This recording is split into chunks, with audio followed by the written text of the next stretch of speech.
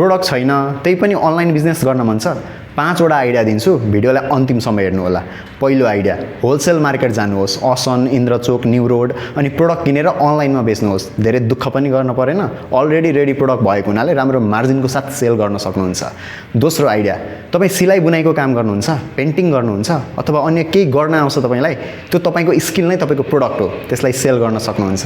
तेस्रो आइडिया तपाईको गाउँ घरमा बनेको स्पेशल अचार गुन्द्रुकको मुलाको कागतीको अन्य विभिन्न अचारहरू त्यो नै तपाईको प्रोडक्ट हो त्यसलाई नै तपाईले मार्केटमा ल्याउनुहोस् अनि अल नेपाल डेलिभरी हुने गरी बेच्नुहोस्।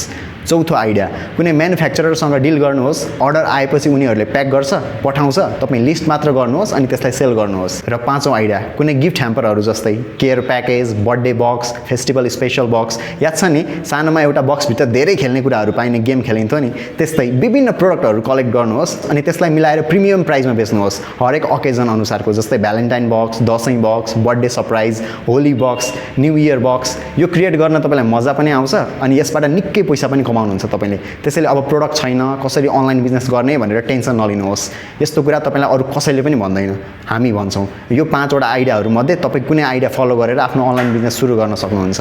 अनि यो सब त भयो अब कसरी स्टार्ट गर्ने सेलर अकाउन्ट कसरी रजिस्टर गर्ने भन्ने क्वेशन तपाईको मनमा आएको होला। मैले सेलर अकाउन्ट कसरी बनाउने भन्ने भिडियो बनाएर अलरेडी राखेको छु अनि सेलर अकाउन्ट बनाउने लिंक पनि तल राखिदिएको छु। अहिले नै आफ्नो बजारसँग जोडिएर सेलर अकाउन्ट बनाउन सक्नुहुन्छ र हाई मार्जिनको साथ टन्न पैसा कमाउन सक्नुहुन्छ।